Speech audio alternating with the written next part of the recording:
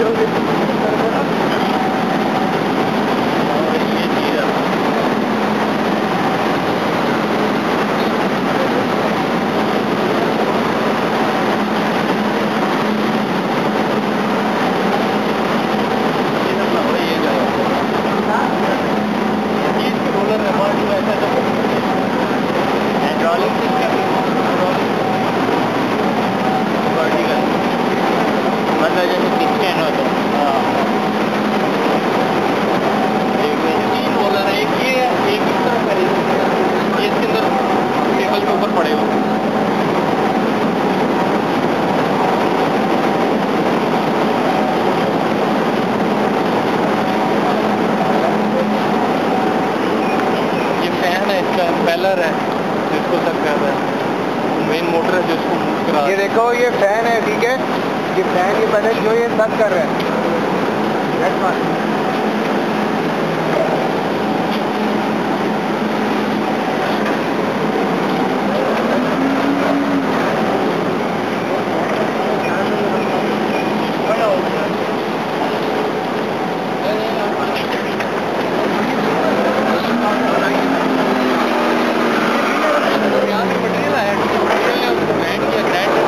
Cyclone में गया, cyclone से जो मटेरियल निकलेगा कन्वेयर्स में होता हुआ आपका साइलोज में चला जाएगा। ठीक है, इस सिस्टम को जो इस मिल का जो फैन है वो ये वाला फैन है, ये जो खुला हुआ है, इसके अंदर पैनल लगा हुआ है। एक तरफ इसकी मोटर है, एक तरफ फ्री साइड है, एक तरफ इसका मोटर साइड है। ठीक है, ये इसका फ्री एंड है, इसी तरह इसका मोटर साइड है। ठीक है, ये इससे पैनल से सक्शन होती है और ये फिर इसके पीछे जो फैन लगा है वो यहाँ से गैस तक करने के बाद पीछे फेंक देता है। पीछे वाला चलना लाजमी है, फिर ये चलेगा। अगर वो नहीं चलेगा तो ये भी नहीं चलेगा, क्योंकि ये सारा कुछ खींच तो लेगा, बाकी इसने एयर को कहाँ ट्रांसफर करना है। वहाँ जो आपकी एयर आएगी ना, वो बैक फिल्टर के एंड पे, वहाँ से जो एयर डस्ट कलेक्टर में चली जाएगी और बाकी जो एयर है वो स्टैक के थ्रू वेंट हो जाएगी। ठीक है, ये पीछे तो दोनों जो काम नजर आ रहा है आगे, ऑटोमेटिक आ रहा है, ये कंटिन्यूसली आ रहा है या अलग से उतार के फिर यहाँ पे? नहीं, कंटिन्यूस बेल्ट के थ्रू आ रहा है। पहले हमारी ट्रांसपोर्टेशन बेल्ट थी, आगे जब फोल्डर फॉर्म में आ गया कन्वेयर्स बन गई, क्योंकि क्लोज है ना, कन्वेयर फोल्डर मटेरियल है, ज़ाया होने का चांस होता है, मॉइस्चर उसमें कर जाए, जमने का चांस होता है, कोई ट्रिपिंग वगैरह हो जाती है। ठीक है, वहाँ तो ओपन था, इतना था मटेरियल था आपका 25 mm 35 mm साइज का। इससे अब इससे आगे जाएगा मटेरियल, वहाँ पे एयर स्लाइड्स आ जाएंगे। ठीक है, एयर स्लाइड का क्या काम है, इसमें कपड़ा सा लगा होता है, नीचे उसकी एयर होती है और जो आपकी मटेरियल फ्लो कर रहा होता है वो एक तो स्लो की वजह से कर रहा होता है, दूसरा एयर के प्रेशर की वजह से कर रहा होता है। एयर प्रेशर की वजह से तो ये इसका प्रेशर है, नीचे स्लोप दी हुई है तो मटेरियल आपका उसकी एयर की वजह से ट्रांसफर करेगा। ठीक है, एयर का प्रेशर कम हो जाएगा कंप्रेसर हाउस से, तो आपका वो मटेरियल उधर स्टे कर जाएगा। तो इसमें डस्ट तो काफी ज़्यादा होता है, बेसिकली है ही सारा डस्ट भी तो बनानी है, खराब भी हो सकता है।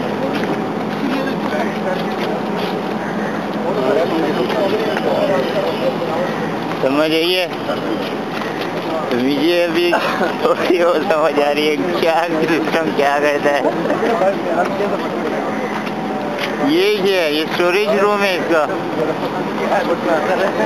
इसकी वीडियो ना नहीं, ये देखो, ये बिल्कुल क्रशर जो है, ये देखो 1 2 3 4, ये फैन है कि क्रशर की तरह लगता है। इक्वेशन नंबर SC 190 मॉडल, ये इक्वेशन लिखी है सारी।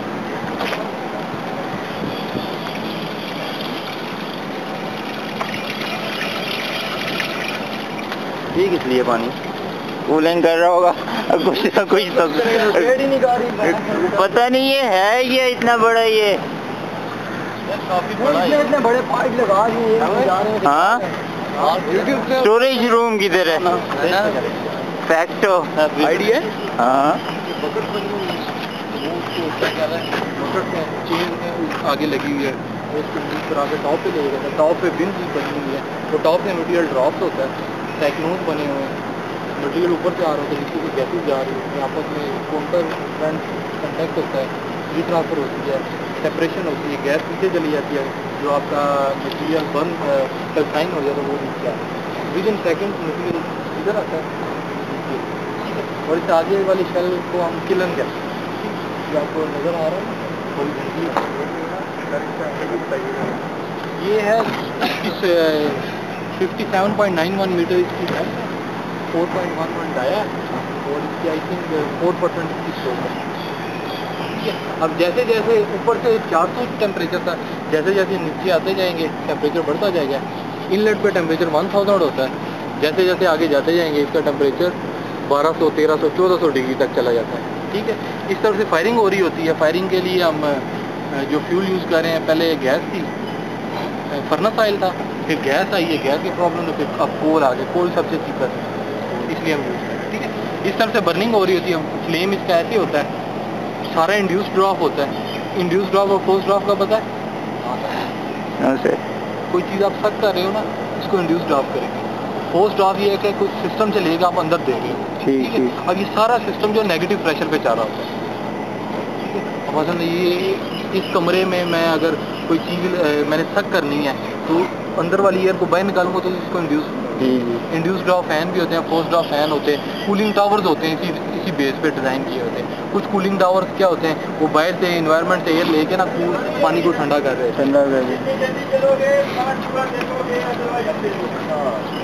टॉप पे वो ये जो आपका कैल्शियम कार्बोनेट है ना, लाइमस्टोन, वो 90% कैल्सिनेशन इसकी ऊपर से नीचे तक हो जाता है। यहाँ पे केमिकल रिएक्शन इस ट्यूब पे हो रहा है। ट्यूब कहते हैं इसको, कूलन कहते हैं, इसके अंदर रिफ्रैक्ट्री है, मैकेनिकली इसका ग्रेफ गियर है, जो मेन मोटर है जिसको मूव करा रही है, रोलर्स हैं इसको। सर ये जो टॉप वन ये मतलब टॉप वन में 450 थर्मोकपल्स लगे हुए हैं, प्रेशर गेजेस है हमारे पास। ठीक है, thermocouple basically temperature pyrometer physically जो आप बाहर से लेते हो तो पायरोमीटर है। स्कैनर लगे हुए हैं, वो जो हमें बता देते हैं, शेल्फ स्कैनर, वो टेम्परेचर मेजर करके बता देते हैं। सीसी आप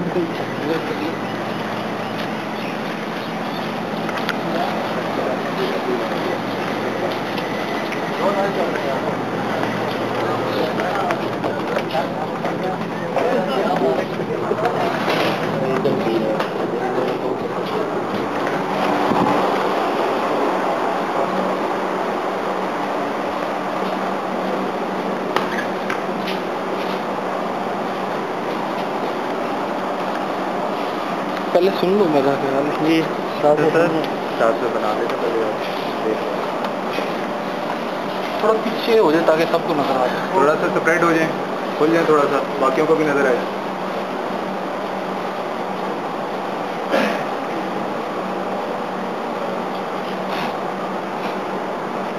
इस तरफ आ जाए सामने थोड़ा।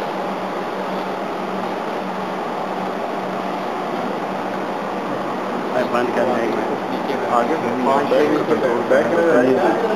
5 के नीचे बैठ यार।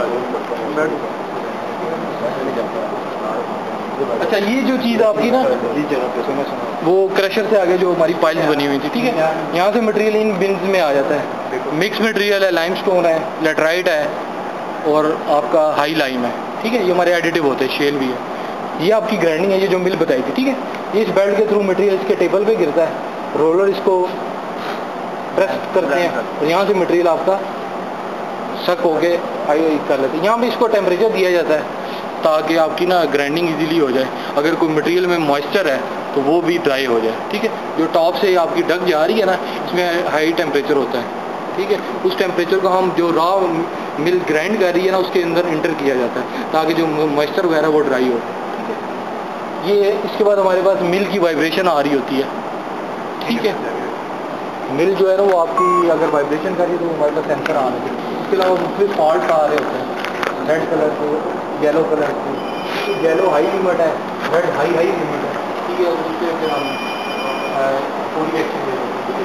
इसको जो ऑपरेट करवा रहा था वो एक भी ऑपरेट करता है। इसी तरह ये भी है कोल मिल है, कोल को ग्राइंड किया जाता है, पहले इसका साइज रिमूव किया जाता है, क्रशर लगा हुआ है, ठीक है। उसके बाद इसका ये भी सेम इसमें रोलर है जो इसको ग्राइंड करके आगे मिल में लेके आ रहे हो। किस चीज़ को ये हमारे पास फॉल्ट की इंडिकेशन है, फॉल्ट। हाँ पूरी तौर पर देखा ना जी, एक आपकी इंडिकेशन फौरी तौर पे ये अलार्म होता है। उसमें ये ना कि आपके फॉल्ट की इंडिकेशन आई थी, मैकेनिकल फॉल्ट है, कोई चीज़ बंद हो गई है, उसका वो डेड हो जाएगी। वो हम उसको फिजिकली जाके चेक करेंगे, मैकेनिकल प्रॉब्लम है, इलेक्ट्रिकल प्रॉब्लम है, किस चीज़ वो सारे फिर कोऑर्डिनेट करके ना उसको ट्रिक पे तो रिसेट करेंगे। मैकेनिकली कोई मसला है सर, अगर वो ओवर हीटेड हो गया तो उसके लिए भी कोई बिल्कुल वो सारे उसके टेम्परेचर आ रहते हैं, बेरिंग के टेम्परेचर आ जाते हैं। मैकेनिकली फैन का ही मतलब होता है कि बेरिंग के टेम्परेचर बड़े होते हैं, तो उस वजह से वो में इंडिकेशन आई थी फलां जगह पे फलां बेरिंग का टेम्परेचर बढ़ जाता है। ठीक है।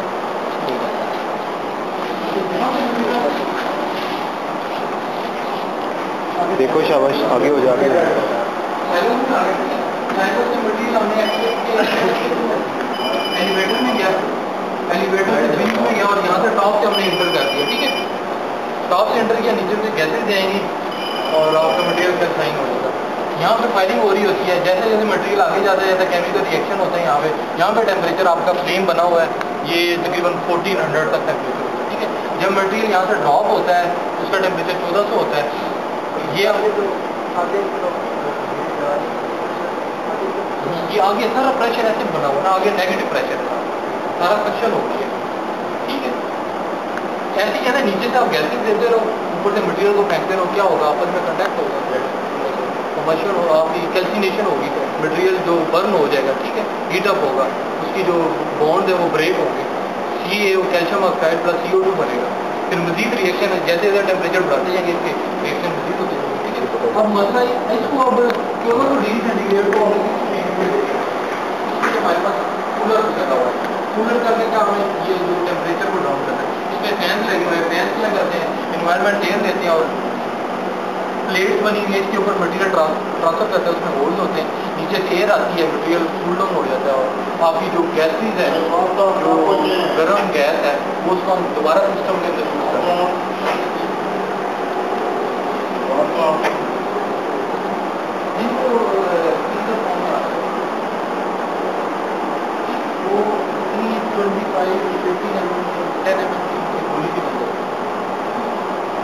यहाँ तक आपको परमिशन होगी, नेगेटिव टेम्परेचर चलता है।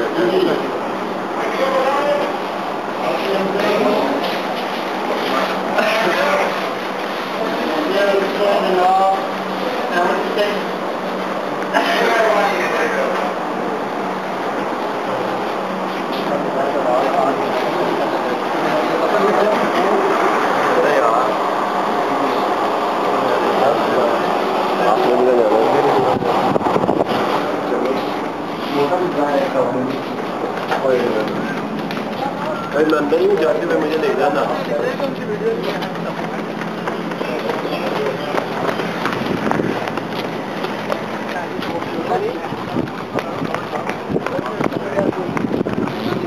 वाह, यही काम सही था, ये वाला काम